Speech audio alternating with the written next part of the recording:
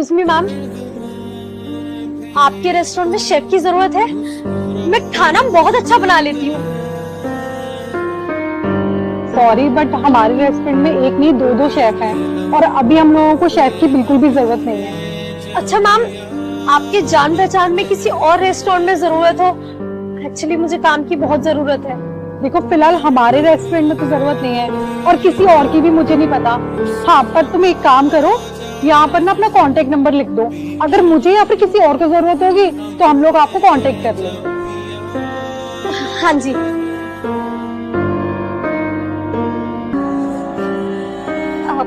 Ma'am मैंने लिख दिया है।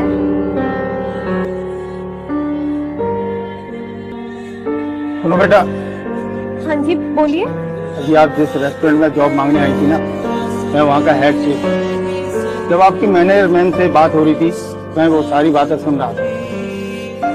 मैंने सुना आपको जॉब की बहुत सख्त जरूरत है।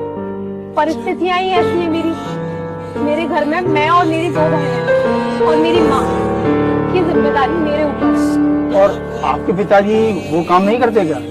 अंकल, उन्हीं की तो देन है ये सब। दरअसल मेरे पापा दूसरी शादी करने जा रहे हैं। जब मैंने और मेरी माँ ने इसके खिलाफ आवाज उठाई तो उन्होंने साफ कह दिया कि अगर तुम्हें मेरे दूसरी शादी करने से तकलीफ है तो तुम सब ये घर छोड़कर जा सकते हो।